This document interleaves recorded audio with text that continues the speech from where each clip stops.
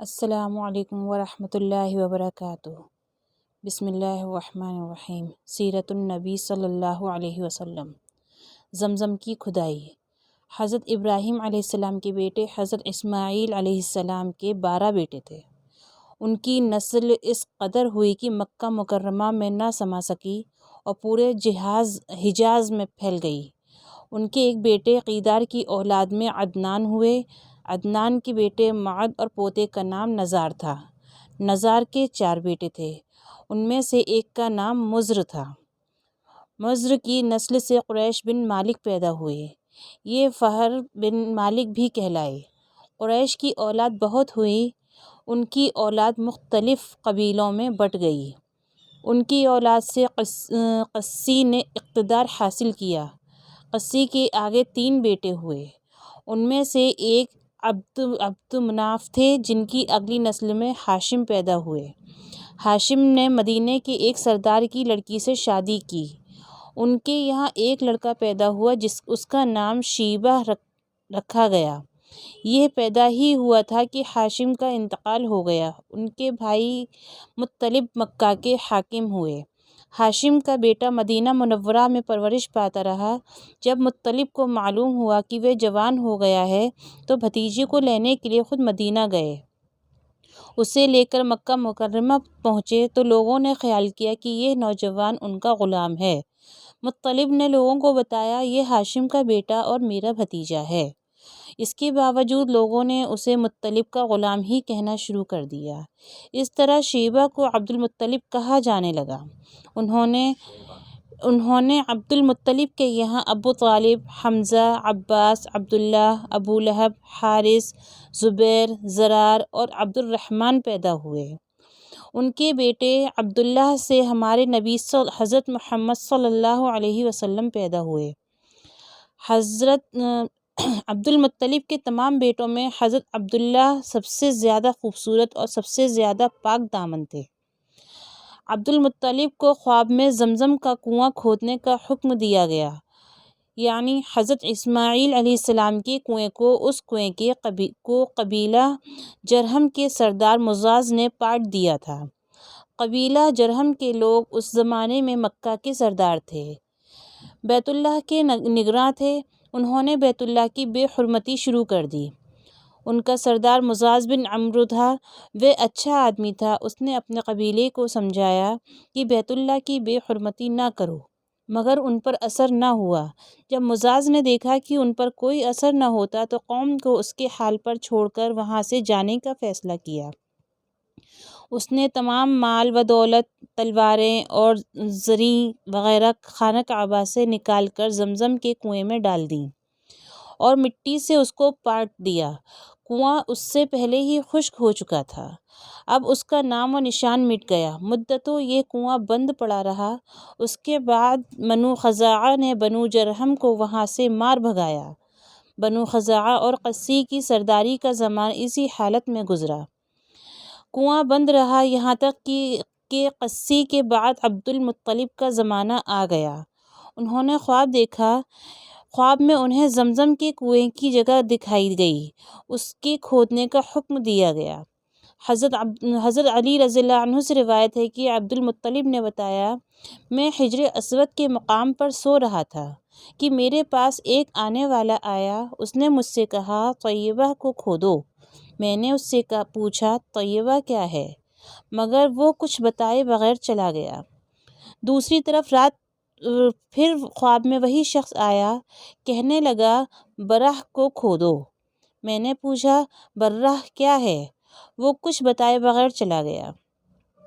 تیسری رات میں اپنے بستر پر سو رہا تھا کہ پھر وہ شخص خواب میں آیا۔ اس نے کہا، مظنونہ کھودو۔ میں نے پوچھا، مظنونہ کیا ہے؟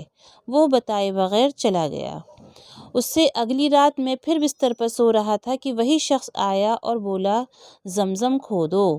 میں نے اس سے پوچھا، زمزم کیا ہے؟ اس بار اس نے کہا، زمزم وہ ہے جس کا پانی کبھی ختم نہیں ہوتا، جو حاجیوں کے بڑے بڑے مجموعوں کو سیراب کرتا ہے۔ حضرت عبد المطلب کہتے ہیں کہ میں نے اس سے پوچھا، یہ کنواں کس جگہ ہے؟ اس نے بتایا جہاں گندگی اور خون پڑا ہے اور کوا ٹھونگے مار رہا ہے۔ دوسرے دن عبد المطلب اپنے بیٹے حارث کے ساتھ وہاں گئے۔ اس وقت ان کے یہاں یہی ایک لڑکا تھا۔ اس نے دیکھا وہاں گندگی اور خون پڑا تھا اور ایک کوا ٹھونکے مار رہا تھا۔ اس جگہ کے دونوں طرف بت موجود تھے اور یہ گندگی اور خون دراصل ان بتوں پر قربان کیے جانے والے جانوروں کا تھا۔ پوری نشانی مل گئی تو عبد المطلب کدال لے آئے اور کھدائی کے لیے تیار ہو گئے۔ لیکن اس وقت قریش وہاں آ پہنچے۔ انہوں نے کہا اللہ کی قسم ہم تمہیں یہاں کھدائی نہیں کرنے دیں گے۔ تم ہمارے ان دونوں بتوں کے درمیان کنواں کھودنا چاہتے ہو جہاں ہم ان کے لیے قربانیاں کرتے ہیں۔ عبد المطلب نے ان کی بات سن کر اپنے بیٹے حارث سے کہا تم ان لوگوں کو میرے قریب نہ آنے دو، میں کھدائی کا کام کرتا رہوں گا، اس لیے کہ مجھے جس کام کا حکم دیا گیا ہے میں اس کو ضرور پورا کروں گا۔ قریش نے جب دیکھا کہ وہ باز نہیں آنے والے تو رک گئے۔ آخر انہوں نے کھدائی شروع کی۔ جلد ہی کنویں کے آثار نظر آنے لگے۔ یہ دیکھ کر انہوں نے اللہ اکبر کا نعرہ لگایا اور پکار اٹھے یہ دیکھو یہ اسماعیل علیہ السلام کی تعمیر ہے۔ جب قریش نے یہ دیکھا کہ انہوں نے کنواں تلاش کر لیا تو ان کے پاس آ گئے اور کہنے لگے عبد المطلب اللہ کی قسم یہ ہمارے باپ اسماعیل علیہ السلام کا کنواں ہے اور اس پر ہمارا بھی حق ہے، اس لیے ہم اس میں تمہارے شریک ہوں گے۔ یہ سن کر عبد المطلب نے کہا میں تمہیں اس میں شریک نہیں کر سکتا، یہ مجھ اکیلے کا کام ہے۔ اس پر قریش نے کہا تب پھر اس معاملے میں ہم تم سے جھگڑا کریں گے۔ عبد المطلب بولے کسی سے فیصلہ کروا لو۔ انہوں نے بنو سعد ابن حزیم کی کاہنہ سے فیصلہ کرانا منظور کیا۔ یہ کاہنہ ملک شام کے بالائی علاقے میں رہتی تھیں۔ آخر عبد المطلب اور دوسرے قریش اس کی طرف روانہ ہوئے۔ عبد المطلب کے ساتھ عبد مناف کے لوگوں کی ایک جماعت تھی، جبکہ دیگر قبائل قریش کے بھی ایک جماعت ساتھ تھی۔ اس زمانے میں ملک حجاز اور شام کے درمیان ایک بیاباں میدان تھا، وہاں کہیں پانی نہیں تھا۔ اس میدان میں ان کا پانی ختم ہو گیا، سب لوگ پیاس سے بے حال ہو گئے، یہاں تک کہ انہیں اپنی موت کا یقین ہو گیا۔ انہوں نے قریش کے دوسرے لوگوں سے پانی مانگا لیکن انہوں نے پانی دینے سے انکار کر دیا۔ اب انہوں نے ادھر ادھر پانی تلاش کرنے کا ارادہ کیا۔ عبد المطلب اٹھ کر اپنی سواری کے پاس آئے اور جوں ہی ان کی سواری اٹھی اس کے پاؤں کے نیچے سے پانی کا چشمہ ابل پڑا۔ انہوں نے پانی دیکھ کر اللہ اکبر کا نعرہ لگایا۔ پھر عبد المطلب سواری سے اترے، سب نے خوب سیر ہو کر پانی پیا اور اپنے مشکیزے بھر لیے۔ اب انہوں نے قریش کی دوسری جماعت سے کہا آؤ تم بھی سیر ہو کر پانی پی لو۔ اب وہ بھی آگے آئے اور خوب پانی پیا۔ پانی پینے کے بعد بولے اللہ کی قسم اے عبد المطلب یہ تو تمہارے حق میں فیصلہ ہو گیا، اب ہم زمزم کے بارے میں تم سے کبھی جھگڑا نہیں کریں گے۔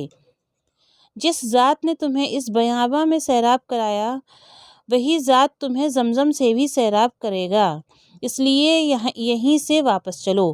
اس طرح قریش نے جان لیا کہ اللہ تعالیٰ عبد المطلب پر مہربان ہے، لہٰذا ان سے جھگڑا بے سود ہے اور کاہنہ کے پاس جانے کا کوئی فائدہ نہیں۔ چنانچہ سب لوگ واپس لوٹے۔ واپس آ کر عبد المطلب نے پھر کنویں کی کھدائی شروع کی۔ ابھی تھوڑی سی کھدائی ہی کی ہوگی کہ مال دولت تلواریں اور زرہیں نکل آئیں۔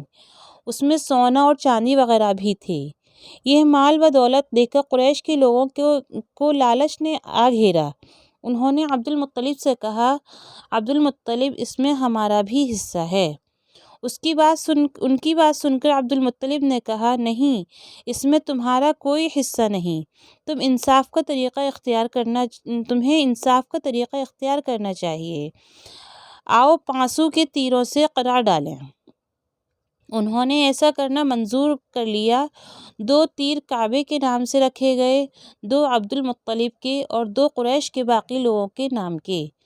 پانسا پھینکا گیا تو مال اور دولت کعبہ کے نام نکلا۔ تلواریں اور زرہیں عبد المطلب کے نام اور قریشیوں کے نام کے جو تیر تھے وہ کسی چیز پر نہ نکلے۔ اس طرح فیصلہ ہو گیا۔ عبد المطلب نے کعبہ کے دروازے کو سونے سے سجا دیا۔ زمزم کی کھدائی سے پہلے عبد المطلب نے دعا مانگی تھی کہ اے اللہ، اس کی کھدائی کو مجھ پر آسان کر دے، میں اپنا ایک بیٹا تیرے راستے میں ذبح کروں گا۔ اب جب کہ کنواں نکل آیا تو انہیں خواب میں حکم دیا گیا کہ اپنی منت پوری کرو، یعنی ایک بیٹے کو ذبح۔ السلام علیکم ورحمۃ اللہ وبرکاتہ۔